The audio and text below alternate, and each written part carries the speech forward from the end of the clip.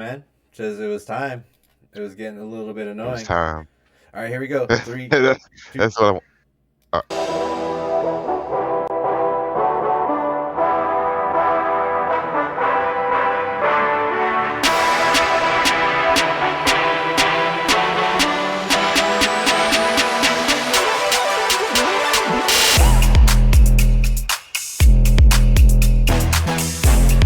Go.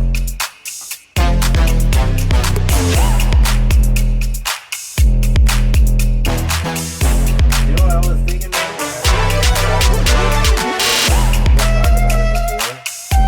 it before. What's the name of that show again?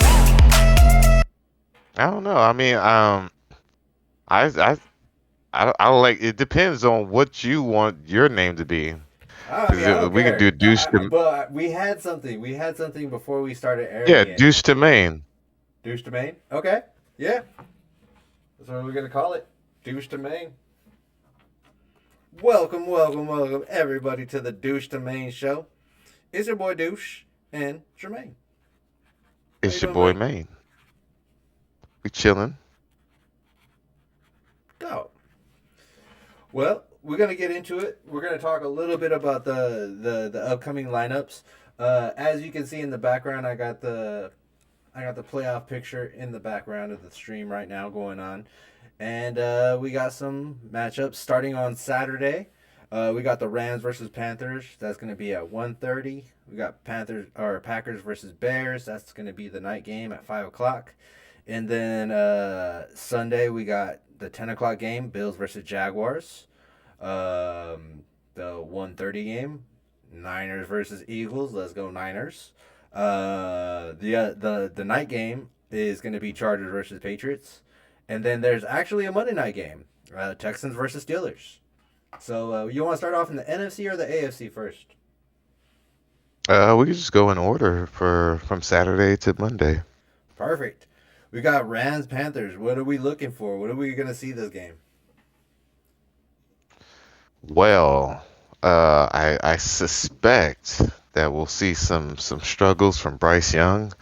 My man's been very inconsistent all year. It hasn't really looked like they're in sync offensively. I don't know if it's the coordinator and Bryce Young, or I don't know if it's Bryce Young and the coordinator, but I feel like they're not they're not running the offense cohesively, and sometimes Bryce Young is often put into positions where he looks uncomfortable and he holds the ball, which I don't think would bode well going against the LA Rams defense, where they constantly get pressure off the edges, though that their corners struggle in man coverage sometimes.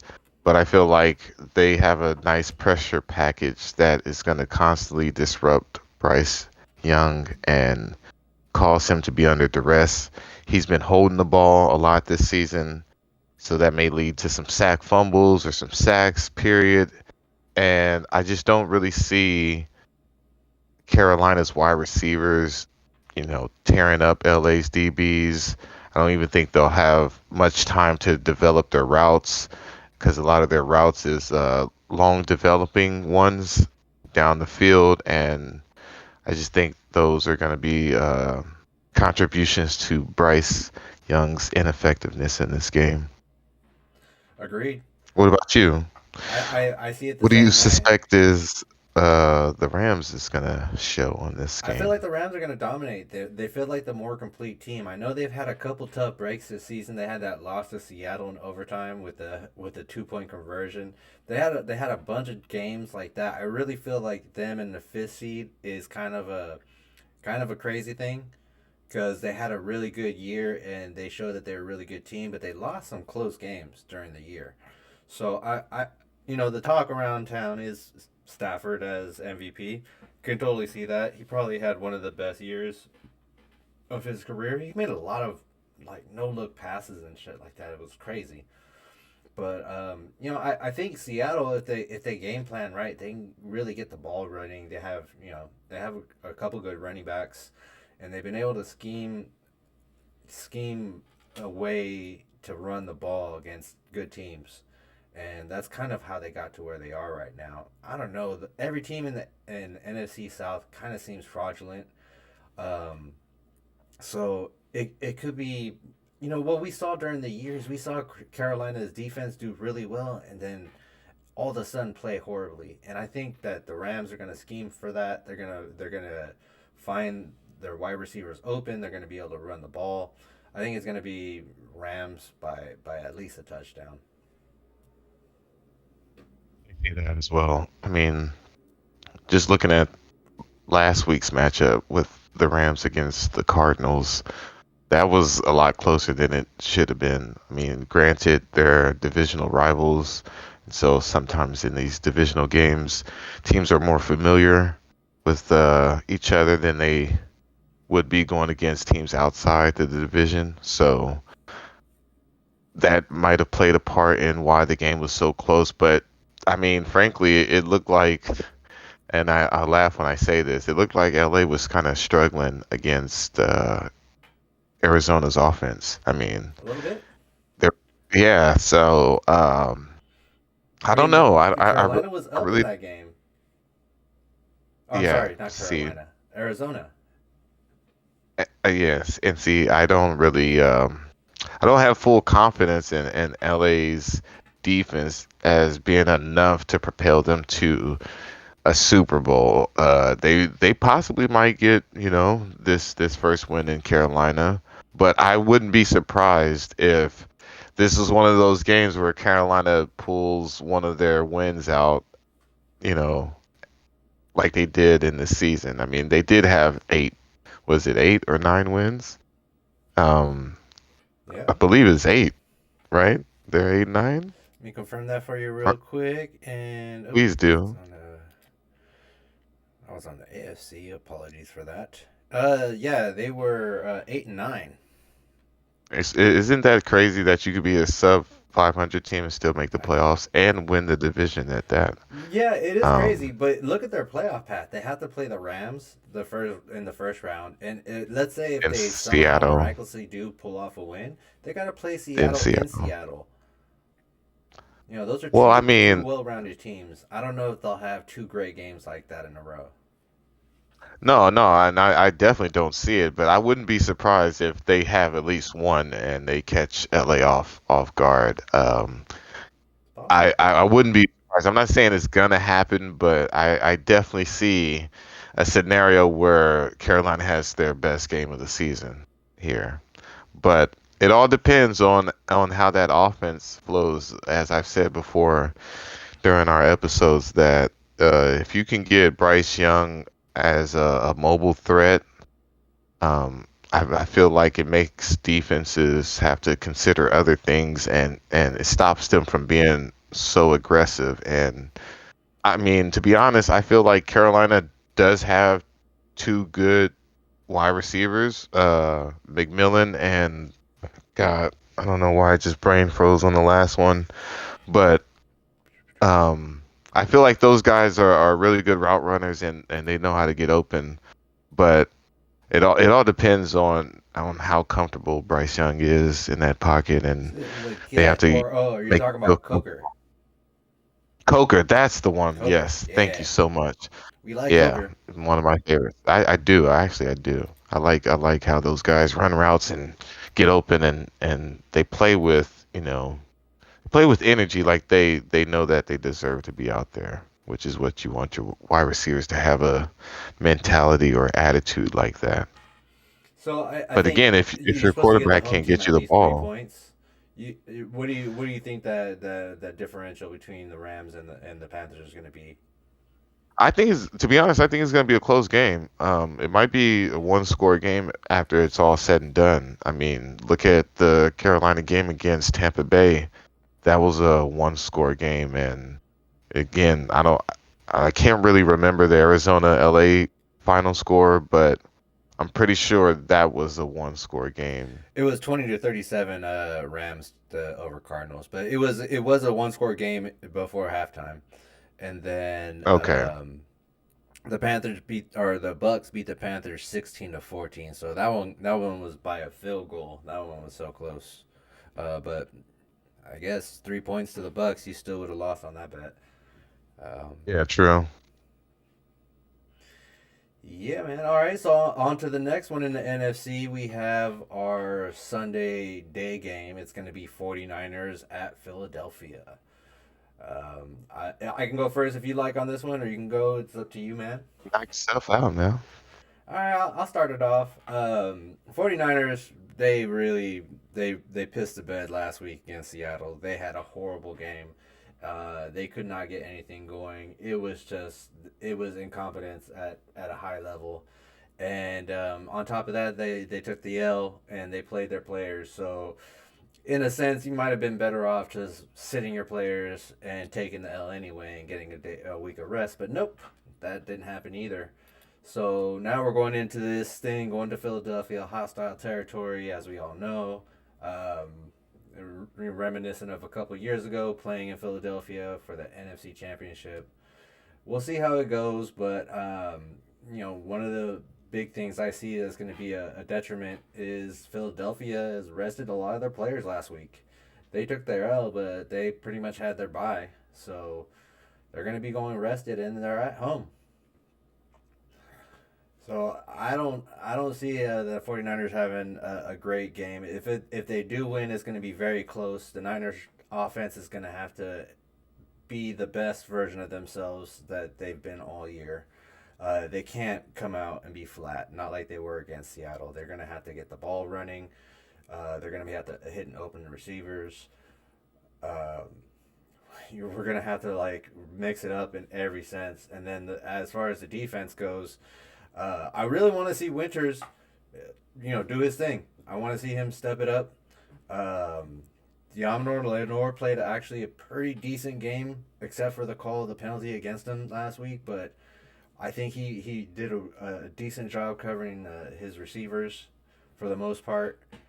Uh, Philadelphia, I don't know. Like, do they deserve the third seed? I guess, but they've been fraudulent. They've had games where the offense doesn't do anything in the second quarter, and it wasn't against like all star defenses. So I think as long as we can put points on the board and hold them to field goals, we might be in a good spot to win this game.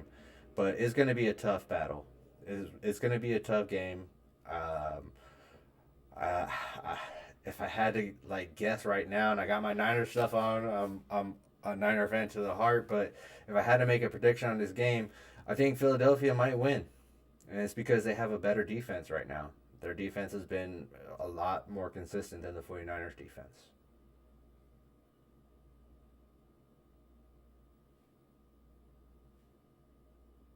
Yeah. I have a different take on this game. Um, Give it to me. well, first and foremost, to add to your point of saying how inconsistent Philly's offense has been all season, it might have not been the best option for them to sit their starters that whole game. Yes, they did get rest, but they also didn't fix any of the problems that they could possibly have Sunday. Okay. Um, my strategy would have been play my guys in the first half, specifically working on things that we want to strengthen and work on things that as a coaching staff I would like to see improvement on, and then let them rest. Also, it gets those guys still in habit of getting dressed.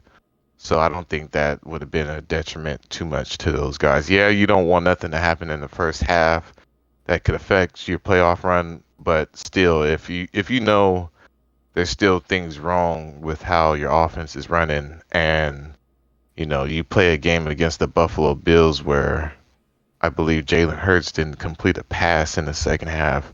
That would worry me as an offensive coordinator. Yeah. That would worry me to say, okay, well, if I'm going into the playoffs, it's all on my running game, because that literally says you don't have the confidence in Jalen Hurts to pass your way into a victory. So, and we've had this conversation early on in the year about how I feel about Jalen Hurts and how Philly feels about him as well, because it would be very obvious if they felt different. And I feel like they they are treading carefully with Jalen, meaning that they don't want to expose his weaknesses. And Yeah. what's his weakness? Holding the ball too long, not processing and reading defenses as quickly as he needs to. There's a lot of different things that you don't naturally see as a weakness of Jalen Hurts. Yes, he has a cannon of an arm, but he also has the receivers that can get down the field for him to Oh yeah. throw to. So that makes his job a lot easier when you're just playing chuck it and catch it 60 yards down the field. Well, but so But what I've seen from Philly this year though is when they run the ball and they play their style of football, they win games. But when they try to pass it and when they're forced to pass, they tend to lose games. And so, that's they want to cover up the fact that he's not the greatest passer in the world, but when they get the ball into the hands of the receiver, they're losing these games. So I don't know. The 49ers matching up against Philadelphia, if the for the 49ers to win, they have to play very good offensively and they have to be pretty stout defensively. But I think for Philadelphia to win, all they have to do is run the ball well.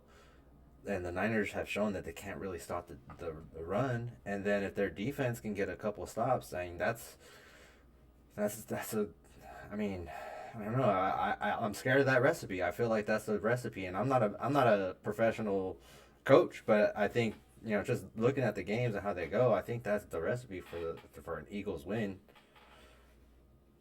exactly what we talked about earlier in the year during our conversations during our Twitch streams is that every time they put the ball in Jalen Hurts' hand to win these games, or if they're pass heavy in these games, they don't win.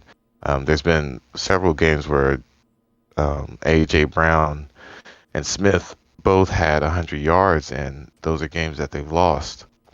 So I've always been one to say that I know Philly doesn't put the ball in Jalen Hurts' hand to pass their way to a victory, and if they ever are pressed into doing so, it just doesn't work out. He'll get the yards, he'll get the touchdowns, but they don't win those games. So I feel like this game in particular is kind of hard to predict because there's so many different variables on both sides of these teams.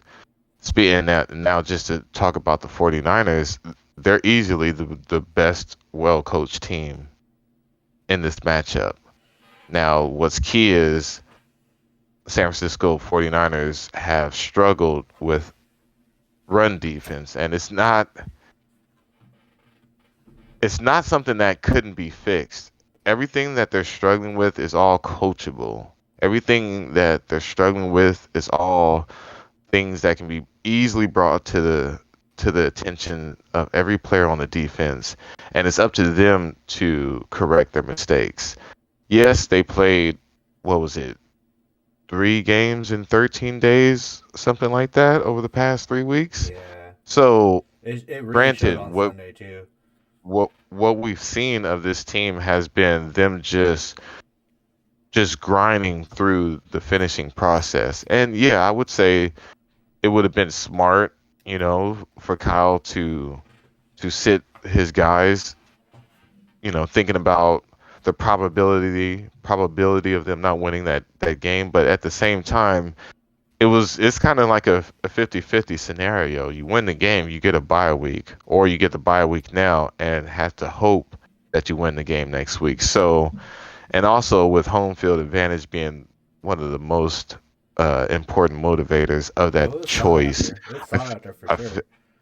I feel like he definitely made the right choice as far as playing the starters. But all these things that the 49ers are struggling with are easily coachable. and it all depends on how well they locked in this week on plugging those coachable holes. And again, we've seen them stop the run. Um, Jonathan Taylor Yeah. was one of the best running backs at the time when the 49ers played the Colts, and he barely got 60 yards that game.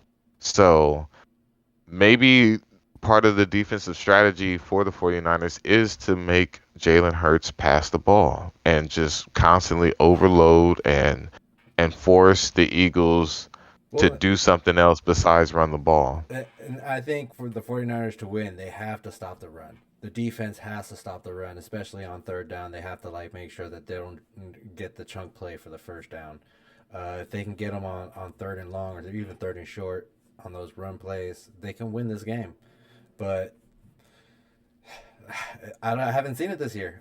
I guess You don't Jonathan Taylor, you're right on that point. I did see it that, but you don't sound like a 49er believer, man. This is oh, hurting I my believe heart in to the Niners, man. hear. I love the No, Niners to I'm hearing death, the but tone. The tone it's does also not sound like Philadelphia, belief. and we They're not they have unstoppable. a They're pretty not decent pass unstoppable. rush this year. So I just worry about our Just offensive line not holding up. I'm worrying about the Just like offense every other stumbling. team we faced. I mean, we faced the Texans. They Yep, had the best Texas defensive won. line at that time. We faced the Cleveland Browns. They had the best defensive line at that time. I mean, we can go Yeah, when we were going against the Carolina Panthers, they were known as one of the strongest defensive lines at the time. yeah, before I that, mean, for the sure. Jacksonville Jaguars. I mean, I'm not saying that Yeah, we lost to the Jags. Eagles don't have. We lost a couple of those games that I All right. mentioned, but regardless, my point is, I feel like those other teams I mentioned have a way better defensive line than the Eagles. Don't get me wrong, I'm not forgetting those two beasts in the middle, Carter and Davis. I, you cannot forget those guys. Yeah. But as far as me seeing the Eagles lock down every team that they face with that defensive line, I haven't seen that all season. I haven't seen them winning games specifically by the play of their defensive line. Yeah, they've had some moments where they've shined. I mean, they blocked that field goal and returned it for a touchdown. I won't forget that, but again, it's gonna be a heavyweight bout. Oh yeah. These teams and these coaches of these teams have some, whether you want to call it, I mean, whether you want to call it or don't call it, they have some type of, I'm not gonna say grudge, but there's a want and a A need little bit of animosity. to outperform the other one, and Well, I know Kyle's gonna be like ready. 3 years ago when we went to the Super Bowl against Kansas City Chiefs, we beat Philadelphia on the way there, and then the next time we met up in the NFC Championship, they killed Brock Purdy and they went on to win the championship. So there is a bit of a rivalry there, and so like that's why I put respect on their name. You know, and playing in Philadelphia, that's a different game too. The Niners, they really have to show up. I think, and let me go on a sidebar rant real quick. Ricky Pearsall, what a bitch ass motherfucker, dude. Wow, he sat out last game because he said he needed additional rest. It wasn't injured or anything like that, but the Niners really needed more speed against Philadelphia, or I'm sorry, against Seattle's defense, and without Ricky Pearsall there, they had a real hard time moving the ball down the field. So he seems to have bitch tendencies. Um, I say get rid of him by the end of the year because I really dislike that shit. He was also hurt earlier in the year, and now it kind of makes me question how hurt was he. But anyway, that's all I had to say about that. Oh, I want CMC to is gonna have check a where bounce did back game. That's I the want other to thing I wanted check to say. CMC is I gonna have wanted a to real check big bounce back game. where did you get that tidbit of information about Pearsall pulling himself from the game? Well, so they talked about two of the offensive players that didn't start the game, and it was Trent, right? Because Trent got hurt first play of last game, and so I it's a hamstring, and he's a big fella and he's a veteran, so I'm gonna give him his rest day. If he says he's not good to go, then you know what, I believe him. Like Trent has earned that, by the way. Like he's gonna get a gold jacket at the end of his career. But Ricky Pearsall just being like, he finished last game and then sat out this game, not with an injury, but just he I guess he needed more rest. And again, I get it because they played so many games back to back to back, but this is a game where everybody else is starting. You're like a rookie, you're a young dude, or not rookie, but a second year or third year or whatever. And home field advantage is on the line. If you're not injured, you need to be out there, my dude. I don't know, man. I don't know. I mean, I feel a I certain I way only about that. asked. I only asked because he was on the injury report, I didn't see, but and what was his injury though? the PCL. Hmm. Yeah, he's been on the injury report since he had that PCL injury, But and that ankle injury he had happened after the PCL. And so a lot of things but people then he don't played the whole realize with game. He football. was there on the last drive of the last game. That's Yeah, he was, but a PCL injury is if football players are going to play with that injury, they're supposed to sit. They're supposed to not play when they get that injury. But what allows players to play with that injury is if they agree to deal with the pain tolerance. And so ever since he had that injury, every game that we've seen him play is him bucking up and dealing with the pain tolerance. Now, what made that worse is when he gets that hip drop tackle, I believe against uh, what was that, Carolina? And that forced him to miss extra games because of the ankle. So then, fast forward, every time we've seen him, he's on the injury report with an ankle and a PCL. So I mean, I'm not trying to like be Pearsall's lawyer or anything, but in his defense, my man has been out there dealing with this injury all season long. And if you recall, there was a pass that he caught over the middle. I forget what team this was, but it Bears. would have been a touchdown. But he's dealing with the injury and he can't hit his top speed. And Kyle has mentioned that several times after his injury is that Yeah, and again, Pearsall hasn't reached his top speed yet, and they've been hoping for him to do so, but he's never been fully healed. So I just wanted to put that out there just in case anybody else like knows about this, because I've been following this as well. I'm very critical on players not you know mustering the toughness that they need to play in these NFL games when they pull themselves out. But if you do want to blame somebody for doing something really or stupid or judging their character, why is Trent Williams running over 20 miles per hour to try to catch somebody on an interception return and it's the first play of the game? That's all I want to ask because that's he didn't because get he's hit. Trent He Williams. didn't try to make a tackle. He didn't fall. He literally sprinted all the way to the end zone, and when he pulled up, that's when he pulled his hamstring. Yeah, Ask me why is he traveling over 20 because he's Trent yards to go Williams. He's try to trying to make make a a play. tackle? I don't care. It's the first play of the game. Let him score because clearly it didn't matter. Yeah, It it didn't didn't make matter a that play. much. It definitely Right. no. I mean, Right. and So jeez, dude, and that again, was the that was what reason was so demoralizing about that play because I was like, Trent is out, and they scored a pick six on the first play of the game. Like we barely started this shit.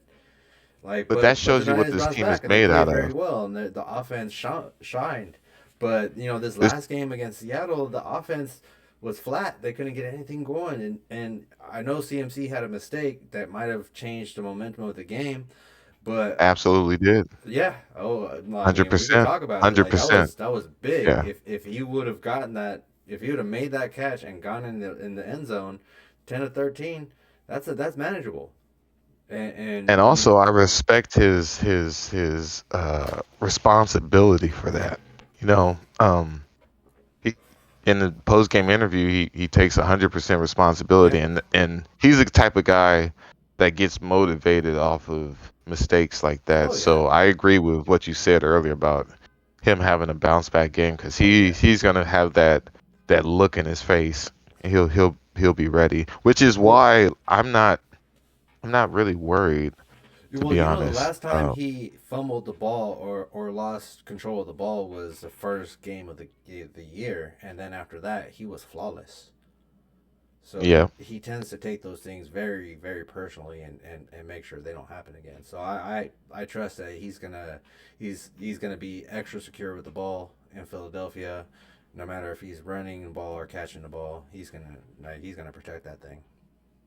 And again, to add to my point of why I'm not worried is that we've seen several times this year with this team taking losses and bouncing back and correcting their mistakes. And shout out to MC because we had a conversation earlier this week about how this team does lock in, and it's best to get that loss out of the way because you won't have another chance to lose another game. And the 49ers haven't lost 2 games in a row all season. So if you're going to go on another multi-game run, 4 or more, it's definitely got to be 4. This is how you do it. You get beat up so bad to where you guys are forced to look yourself in the mirror and also not forget who you were all season. How were you able to win these games? How were you able to get these clutch stops and these clutch turnovers and these most important moments of these games? So they have it in them. They just have to believe it. And now they've had 8 days of rest, or they will have 8 days of rest, which every NFL player would tell you they would love to do that instead of playing multiple games in two Oh yeah. weeks or 13 days or less. And so they'll be mentally ready. I'm if they lose this game, it's going to be a close loss. And if they lose this game, it's not going to be a physical outmatching like it was against Seattle. I blame uh, that physical dominance that Seattle had strictly based off the slow turnaround from the week. I mean, the short turnaround from the week. They couldn't even have a full speed of practice that week. So whatever your game plan is for that game, you don't even get to practice it at full speed. Everything's pretty much hypothetical. And so you don't really get your eyes trained, you don't get your body trained on these plays that you got to run or these motions you got to worry about. So again, all that all those fine details I feel like play a really major part, especially when you see a team that is normally the most physical team on the field be not like themselves. Something behind the scenes is kind of impacting that, and I feel like the short week definitely played a part. But again, I feel like 100% they'll be better performance wise. The real key is this, and people don't talk about this often. They talk about it, but they don't talk about why. Is Trent Williams. If Trent Williams doesn't play this game, it changes what the Philadelphia Eagles can and can't do True. with their defensive line and their blitz packages. Again, shout out to MC. We had this conversation about how having a guy like Trent Williams stops defenses from bringing pressure on that side. They'll bring it to McKivitt's side. And if you're, Kyle Shanahan, you know that's where you need to put your max protection at. Whether it's Juice sliding over or Mm-hmm. McCaffrey sliding over or you Kittles. pull a tight end from the opposite side like Kittle. Yep. Regardless, you know you don't need to help Trent out, right? Or he can So even let you Purdy take Trent. scramble. He's been pretty good scrambling to his what is that? His left. Yeah, and that's which side is that? That's Trent's side. So he knows that I can scramble to my left, and Trent's gonna have the guy locked up. But if you take Trent away, now defenses can blitz both sides. True. Now defenses can and mix up and run stunts, which is what Seattle did a lot last week. And now when you're Kyle Shanahan, you have to play this 50-50 guessing game of where do I put my strong side extra blocker at? Do I put him on the left side this time to help Pleasance out? But if I do, then they'll blitz on McKibbett's side. Right. Now I have an overpowered strong side on the left, and now we got a slide protection. And if we can't make that call before the play is hike, y- Purdy's going to be in trouble. And key number two is regardless if Trent plays or not, Purdy has to be locked in. And I mean locked in to the point to where he knows when to run and when not to run because it's going to all reside on that. He's got to find his escape lanes or they'll have to create escape lanes for him, but it has to be quick reads and run because if he doesn't do that, it's not going to bring those linebackers up. And you're going to need to bring those linebackers up if you want to throw over the middle because everybody's just waiting over the middle. Those linebackers are dropping Yeah. 10 deep and they're just bracketing McCaffrey, one guy on his left shoulder, the other guy on his right shoulder, and they'll just have everybody rally after that point. So I know Kyle's cooking up some secret sauce. This is the game where I hope Kyle doesn't hold anything back, play calling wise, and also I really hope they use Robinson more. Me too. Robinson would have been a Well, they need very to establish some kind good of run key game. They have to establish a to run game and set up some play action. They also they needed his physicality last game. You have right. nobody on the offense, which since Trent is gone, who's gonna knock the snot out of a defender, or who's gonna hit a hole and let that linebacker know, hey man, if you're trying to tackle me, it's not going to be that easy. Right. Robinson has shown that all season that he is that guy. So in a physical game, which I feel like this Philadelphia matchup will be, you got to use your most physical tools, and you got to get Kittle going early. Some Agreed. way, somehow, some fashion, you got to get my man out in the open space, breaking tackles and having safeties and linebackers and corners worried. Well, again, kind This of going was back to this your point, if they have Trent, if they have Trent, then they can run that 21 package, and instead of having Kittle block, he stunts a block and then he's open for a quick out touchdown. I still blame Kyle regardless. Like I know you don't have the best running back for blitz pickup and you don't have, the best line to go Yeah. five Well, on there's five with, five you, rushers, but you still blame Kyle for to that. not I kind of utilize to blame not, some of the drafting. You're drafting Moody in the fourth round when your offensive line is trash. So I don't know that's fine. That's a discussion for another for time, but I'm sure. just saying like for Kyle it's pretty stupid to use one of your best pass receivers as a blocker, regardless of the situation and need. If it's a pass play, why is he blocking? Yeah, have him chip, but he should never just be there to block. I'm Agreed. sorry. I I'm agree. sorry. Flank Kittle out into the slot, or have him be out as the X or Y receiver, and or is it X and Z? Have them be one of those last letters of the alphabet on the outside and have a wide receiver in the inside slot. Like, do something schematically to where you give Kittle some space and you bring in another tight end. You just run two wide receivers. That's your third tight end, and have another tight end be the block, or just run one wide receiver. But regardless, you could figure out True. a way Yeah. schematically to where you could still block with an extra guy, and you can have your best pass option out there running routes. And you can run clear out routes so he can have room to get some yak. What 49ers have missed offensively this year, which has made them so successful over the past, I can't say 6 years because it's not counting last year, but from 19 to 24 is yak receivers.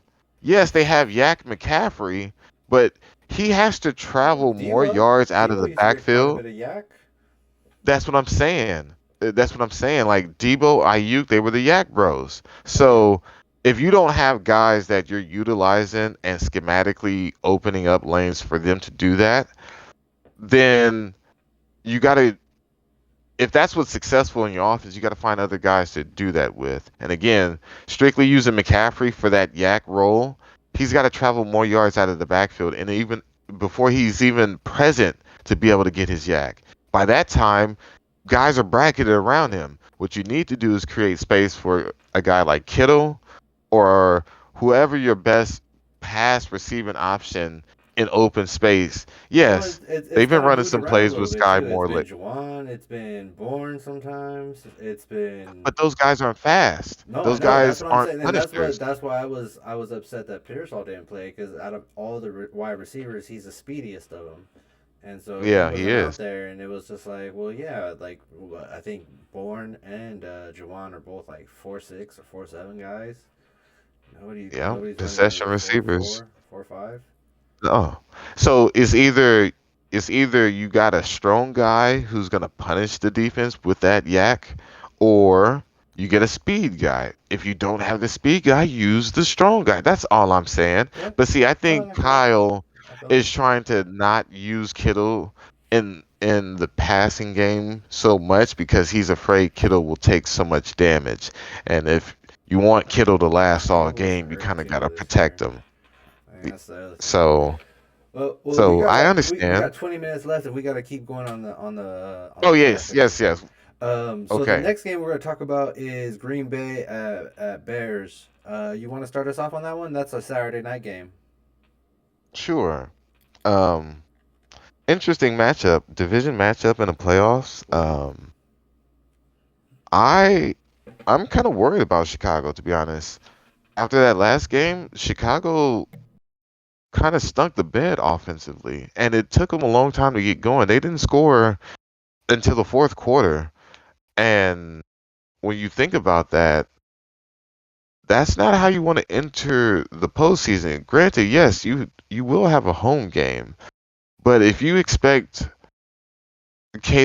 Williams to win a game starting off slow against another divisional opponent, you got another thing coming because Detroit kind of put a nice schematic out there on how to slow that offense down, and Yeah, it's all yeah, about collapsing on the run game. If they can't run the ball, it's all on Williams. And one of the strong suits of Chicago's offense is play action. And if you can't run the ball, ain't nobody biting on play action. Now, granted, Williams' throws this season have been some interesting throws to watch. I've seen him make some throws. I'm just like, man, I wish my favorite team had a quarterback that had an arm like this. But I digress. Because it's a feast or famine type of situation. Sometimes it's good, sometimes it's bad.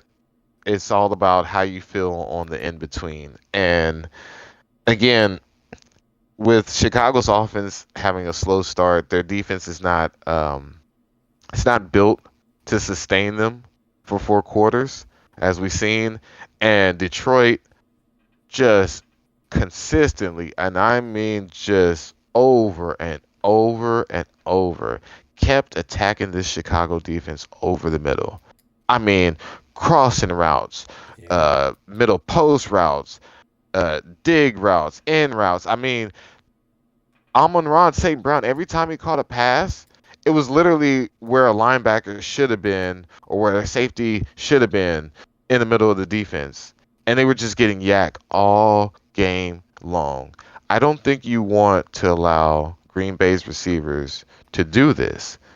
Even though Green Bay's receivers are more like outside guys, they catch more near the sideline. But again, I can see LaFleur scheming up some things to attack this middle, and I don't have confidence that Chicago could have fixed this in a week's time. Well, that all depends on Green Bay's defense, though. Is I, Michael Parsons playing? I'm trying to look that up right now. I thought he was out for the season. He tore his Achilles, no? Yeah, I'm pretty sure he's out. So that I don't know. Let me see. I'm trying to look at Green Bay's defense and their pass rush because if they can't create enough pass rush, then yeah, but Caleb's gonna have a rough day, and he's kind of shown that when he's given time, he can make plays. um, even in that 49er game where we forced him to pass, he made quite a few plays. So yeah, Detroit was able to get to the quarterback, but I just don't know if Green Bay is going to be able to get there like that.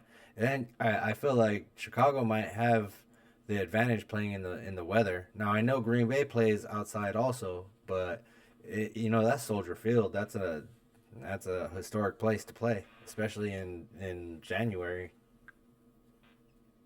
Yeah, it's definitely a toss-up. I mean, when you look at the comparison of Division defenses game of the too. both, yeah, both teams, I really don't know who I would take. I mean, Love should be starting, but I believe he was out for a concussion, and we know he can have some bad games at the worst Yeah, possible times, but also he can look amazing. So it all depends on what Jordan Love we get. I'm not sure if Jacobs is injured or if they'll have a healthy Jacobs, but I feel like if they do have Jacobs, he's definitely necessary to get that offense going and helping with moving the ball down the field. But again, if I had to choose which offense possibly is going to score them more points, I would just choose Green Bay because even with Willis starting at quarterback, they looked really good offensively. It looked like they had their flow and they were grooving. And to be able to do that with your backup quarterback, I feel like that says a lot about how well the offense runs. So if it's all about which offense scores the most points, disregarding the defenses and how they play or they might impact the game, I would just put it in Green Bay's favor. for sure. I got Chicago on this game. Well, we'll see. It's going to be a close one Yeah, again. exactly. Divisional games, you never know. Onto the AFC, I think the game of the week is going to be this matchup. This number six versus this number three matchup. Buffalo at Jacksonville. I think both teams have a really good, complete team. Both have good offenses and good defensive. Both have been playing at a high level. James Cook has been working wonders for Buffalo's backfield. Josh Allen, probably number one or number two on the ballot for MVP. If you're AFC or NFC, if you're an NFC guy, it's probably Matthew Stafford. If you're an AFC guy, it's probably Josh Allen. Trevor Lawrence is playing probably the best we've seen Trevor Lawrence play. Just from a fantasy standpoint, he was number five overall, number 10, or out of the top 10 overall players, number five. So he put up quite a few points this year. He really limited his mistakes. He didn't play like he normally does. Buffalo is going to be playing at Jacksonville. I don't know if that's a huge home field advantage for Jacksonville. Buffalo has shown that it can be stopped and it isn't a great team. However, I think Buffalo gets the win in this one in a close game. How do you see it? Yeah. I see Jacksonville really shocking everybody. Their last, I want to say, 5 games to end this season has just been showing consistency and dominance. Um, Trevor Lawrence, absolutely, I would agree with your point, saying this is the best we've ever seen him. This is the Oh yeah, this is the number one overall pick we expected to see, and I'm not gonna go too far into this, but I feel strongly that no matter who the quarterback is, if they fit into the system, you're going to see the best out of that quarterback. Now, granted, when you couple that with a quarterback who's physically gifted, can run, is tall, sh- strong arm, you're going to see a Trevor Lawrence like this. And I'm just like I'm really just glad to see it because you we need more quarterbacks who are physically talented and mm-hmm. gifted and fit certain metrics as far as size and arm strength. I feel like those guys really need to have their moment in succeeding. Most of the time, those guys don't succeed because they're not in the right system. So I'm glad Jacksonville finally got a coach that knows how to use this type of quarterback because we're seeing it. And ETN has been helping this Jacksonville Jaguars team tremendously. He's Yeah. been busting off long runs. He's been automatic with getting multi-touchdown games. I'm Well, not and I hate to cut you 100% off, but I feel confident. like they put some pieces around him. They have Brian Thomas and Jacoby Myers as wide receivers, plus ETN. Like he's got some talent around him. Absolutely. And their defense is underrated. Um, DB's not their strongest attributes on defense, but as far as working in unison with the whole scheme of things, they work really well with everything. Their pass rush, their linebackers filling gaps on running plays. They Yeah, fly to the yeah, ball. They're he's ball hawks. I feel like as long as they're coached and prepped very well, they might pull this game out. I mean, I'm not 100% confident in the Bills defense to lock down an offense like this with another quarterback who's just as talented as their quarterback. I mean, both these quarterbacks can run. Both these quarterbacks have strong arms. oh yeah. Both these quarterbacks are tall. Yeah, one is probably outweighing the other by 60, maybe 70 pounds, but and I'm joking when I say that. But again, um, I feel like this is a really good matchup. Fair And enough. yeah, the That's a good one. Bills are like consistent playoff favorites because everybody wants them, or at least Buffalo Bills fans want them to win it all. I don't see this being something that they can overcome. I mean, if they can, it's a good test. I For feel like sure. this game is almost splitting image of the Eagles 49ers matchup. Kind Because I of. feel like Yeah, because it's if going the to be 49ers a pretty good matchup as far as talent goes and scheme goes. And then how much does the home field advantage really work in these scenarios? Um, exactly, and I feel like if the Bills or the 49ers win these respective games, they would be absolute favorites to win it all. yeah. Well, and I feel like Buffalo being the sixth seed against Jacksonville as the third seed is wild, but that kind of moves us along to the next matchup. Is going to be New England Patriot, or I'm sorry, the Chargers at New England, and the Buffaloes. Obviously, they didn't win their division because New England won the division, and New England was statistically one of the best teams in the league this year. So you want to start us off on this one for the Chargers at New England? Harbaugh surprised me with this Chargers team. I didn't think they would be able to get this team in shape so quickly. Their offense is pretty solid, though their weakness is their tackles. Constant pressure allowed off the edge. I don't know how they're gonna fix that, or if they even care to fix it, which is one of my biggest worries. But I I like what I've seen from Herbert. I like what I've seen from this offense. They know how to move the ball down the field, but what's also been one of their problems is these sacks. These sacks kill their drives and stop their momentum, and their defense is not consistent enough for me. We've seen them, play incredibly against teams like the Chiefs when the Chiefs were still in talks of making the playoffs. We've seen them make, critical stops at important times, but we've also seen them, allow some points. We've seen them allow huge rushing games because their rushing defense is not the best. And I feel like New England's going to try to capitalize on the rushing defense. And to be perfectly honest, I haven't seen a lot of New England Patriots games this year, but I know Drake May has been doing this thing. Oh yeah, And I feel like one of the things that's made New England successful is that defenses really don't know what to expect from this offense. And it's kind of hard for them to catch on. And with Drake May, he's so uh he's so improvised in his game. It's kind of hard to get a beat on. what he's going to do next because he has the arm talent to throw almost every pass, and he's deceptively fast and quick, and also it also um, deals with how New England wants to utilize Drake May in their offense. Do they want to have him play a major role as far as the moving parts, or do they just want him just to hand the ball off and throw it?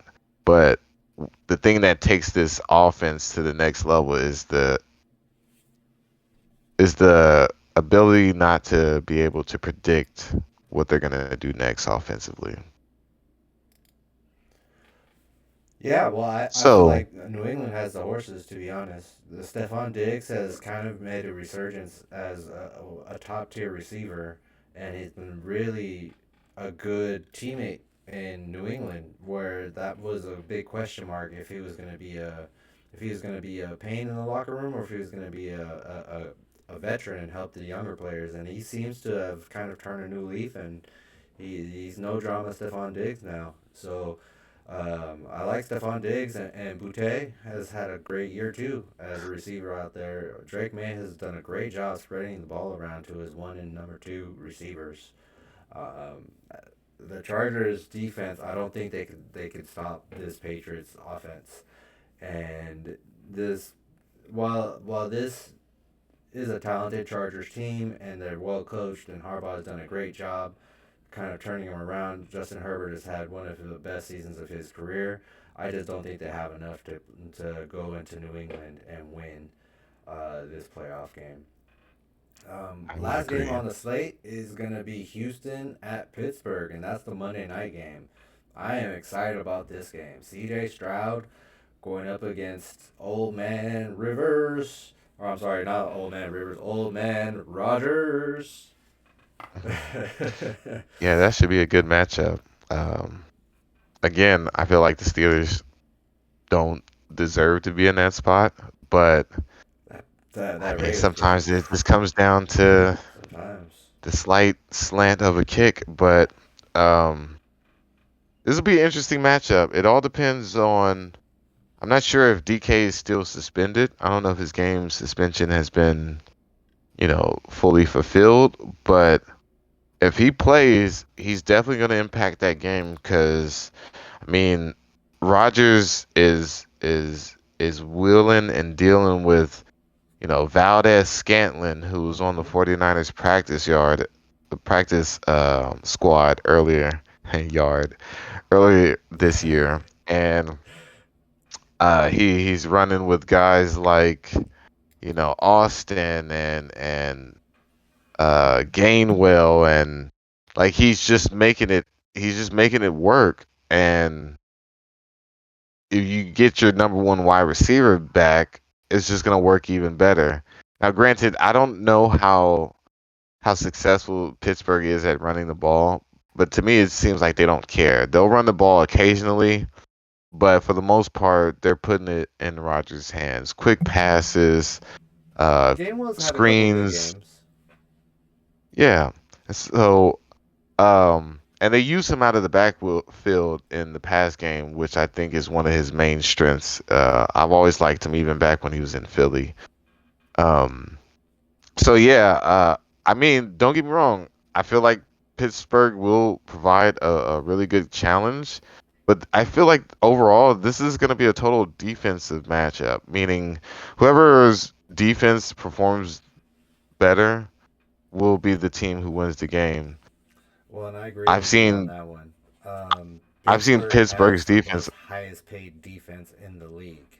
And looking at exactly. both these two teams, Houston has the better defense. They should have the highest paid defense in the league because they've balled out this year. It's my favorite defense to watch. D'Amico Ryans has done a great job in Houston with that defense.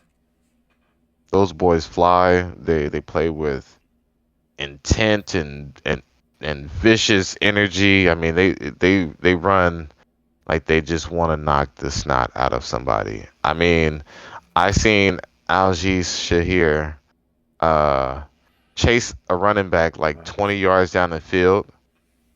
Huh? I miss him. I seen him chase a running back 20 yards down the field and knock the snot out of him and just be like, yeah, you got that 20 yards, but how do you feel now? Mm. Like that's what you want your defense to play like, and they got guys that hit, that fly. I like Petrie with his little big old cushion helmet.